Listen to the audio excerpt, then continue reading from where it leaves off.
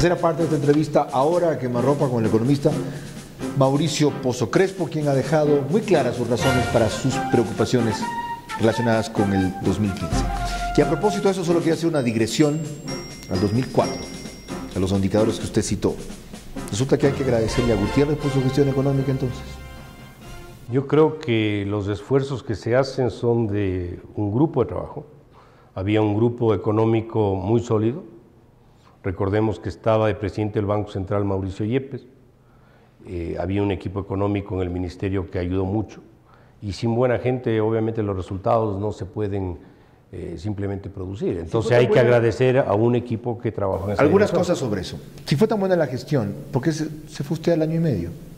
Yo creo que cumplí un ciclo, Carlos. Come on. Yo creo que cumplí un ciclo. Vamos, ¿sí? de año y medio. Y le voy a decir hubiera algo. sido fenomenal que esté 4, o sea, No, el periodo estable para que cierre el ciclo. Yo me acerqué al presidente Gutiérrez en esa época, inclusive en enero del año 2004, bastante antes de yo retirarme formalmente, decirle que yo creía que la línea de manejo económico y la conducción estaba puesto ya con un norte, y que era importante oxigenar el gabinete con alguien que siga la misma línea, pero que no le vean al mismo personaje diciendo lo que había dicho durante Y hubo un bastantes efecto, años. hubo un efecto continuidad. Sí, porque cuando nos retiramos, Pues cuando yo me retiré en junio, fue una entrega con un informe de labores, sentado el presidente de la República, el ministro entrante y yo que estaba saliendo, diciendo qué es lo que pudimos hacer, qué no pudimos hacer, cuál era la agenda pendiente, que creo que es una retirada bastante racional, madura y decente para lo que normalmente vemos,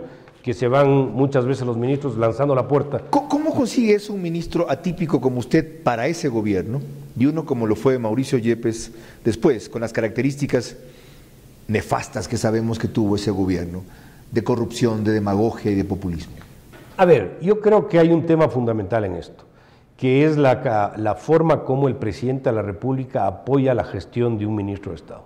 ¿Cómo consiguió esto? ¿Cómo se blindó de la contaminación? Bueno, es un tema que no hay recetas mágicas en esto, pero creo que es importante algunos elementos básicos. Uno de ellos es que haya relación directa con el presidente de la República.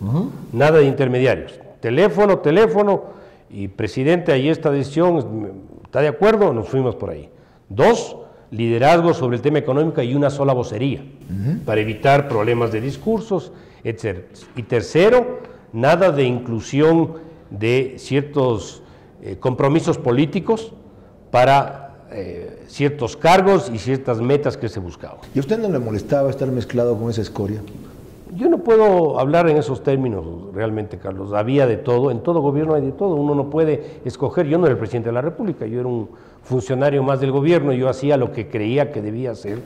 Yo tenía más oposición a veces. Se seguir a la prensa también. Yo tenía más oposición adentro que afuera. La Corte, así. Hubo problemas de todo. Yo tenía problemas adentro, tenía problemas afuera, pero yo creí cuando cumplí cierto número de meses que ya tenía que retirarme y eso es lo que hice. Okay. Si eso fue así, viendo lo que sobrevino después en la parte no económica, ¿por qué usted pensó en la posibilidad de ser embajador en Washington hacia inicios del 2005? Esa es una buena pregunta. Yo pensé, y eso puede sonar hasta excesivamente patriótico, que desde una función en la parte internacional, en el principal socio comercial del Ecuador, podía ayudar a conseguir ciertas cosas que no se habían podido lograr. Yo tenía buena imagen afuera, tenía buenos contactos afuera, tenía respetabilidad en el mercado internacional, sobre todo en Washington y en Europa, porque renegociamos el Club de París, la última renegociación se la hizo en mi administración. Entonces yo creí que podía hacer un buen rol allá, a pesar de que el entorno político era obviamente muy complicado. Es primera vez que le oigo explicar esto. Es la verdad, esa es la verdad. Así suene muy lírico, pero eso es lo que yo pensé en la época. O sea, usted le iba a lavar la cara a un gobierno que había disuelto la Corte Pero yo creo que uno tiene la función de tratar de ayudar en lo que más puede ayudar. Lo mismo dice Ivonne Bach, que ha estado en cuanto gobierno le ha llamado a colaborar. ¿Cuál es la Yo he diferencia? estado en uno solo, así que no me pueden ¿Estaría en hablar. otro? No, uno no puede decir de Estado no beberé. ¿Usted no ha descartado volver a la función pública? No tengo en agenda eso, no está dentro de lo que yo esperaría, estoy muy metido en temas privados, pero uno no puede decir nunca volveré porque a veces se presentan las circunstancias y tiene que tomar una decisión. Muy bueno y muy sabio.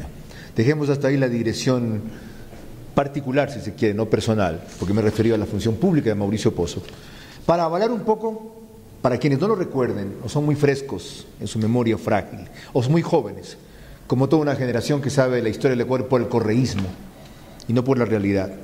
¿Quién fue este señor y por qué dice lo que dice? Si tiene o no autoridad moral, aparte de calificación técnica, para los conceptos que acaba de emitir. Retomemos el presente, 10 años después, de donde nos fuimos y nos retrotraímos hace pocos instantes. Decía yo, dentro de este contexto de dolarización, con esta mentalidad del gobierno, mayor participación del Estado, mínima del sector privado, y tomando en cuenta los giros, para no hablar de rectificaciones, que citamos que dio el año pasado, ¿qué puede hacer para que el país no reviente como podría, según usted, Bueno, alarma? yo creo que es imposible, solo retomando lo que usted presentó al principio del programa, separar la política de la economía. Que no quiere decir que la economía no tenga un norte y tenga unos objetivos claros, pero no hay cómo separarlo tampoco. ¿A qué va esta argumentación? Al hecho de que yo creo que es necesario bastante desprendimiento ideológico por parte del gobierno y bastante más pragmatismo. Primera condición. Economista, ¿no se ha dado ya eso? ¿Aceptaron firmar un TLC, aunque no se llame así, con la Unión Europea? ¿Qué más quiere usted? El día lunes disparan a la derecha y el martes a la izquierda, Carlos. Es decir, El martes emiten bonos y el miércoles ponen un impuesto a la salida de capitales.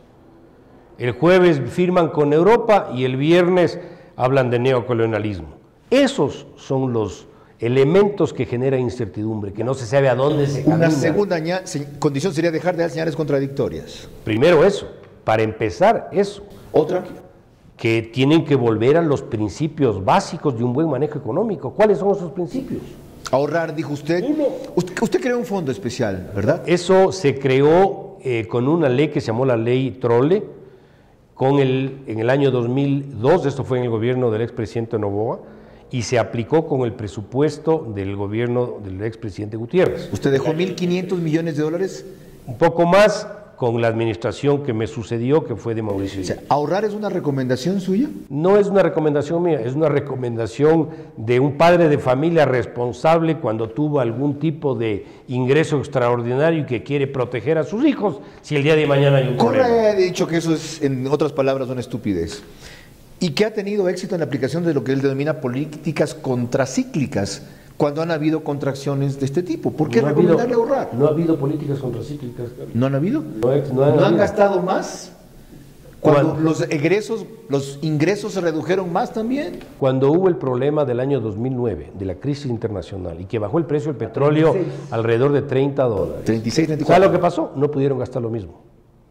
Y tuvieron que parar algunos proyectos precisamente porque no tenían liquidez, fondos de ahorro para compensar. A eso se llama políticas contracíclicas. Ellos son procíclicos.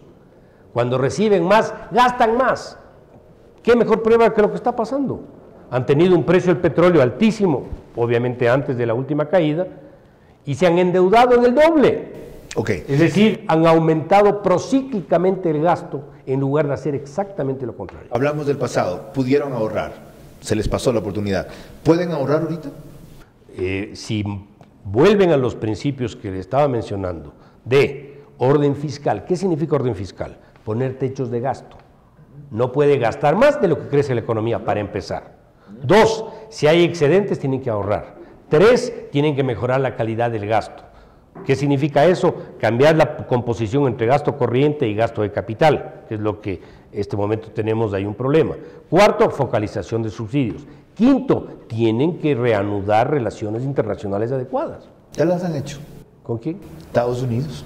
Con Estados Unidos no se ha firmado ningún acuerdo. Con Colombia y con Perú, significativamente, el caso que le di de la Yo Unión sería muy Europea. escéptico en eso. ¿Y cuál es la Brasil, prueba de lo que China, estoy... los BRICS.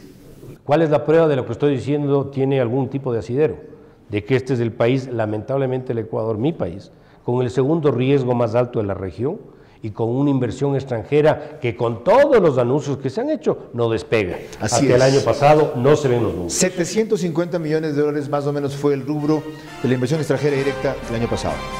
¿Qué más hacer entonces, una vez que Mauricio Pozo ha definido los grandes parámetros de los principios por los cuales se podría ahorrar? ¿Cuáles son esos rubros? ¿Cuáles son esas consecuencias? Muy fácil decirlo. ¿Qué tan complicado será hacerlo? Lo tratamos al volver.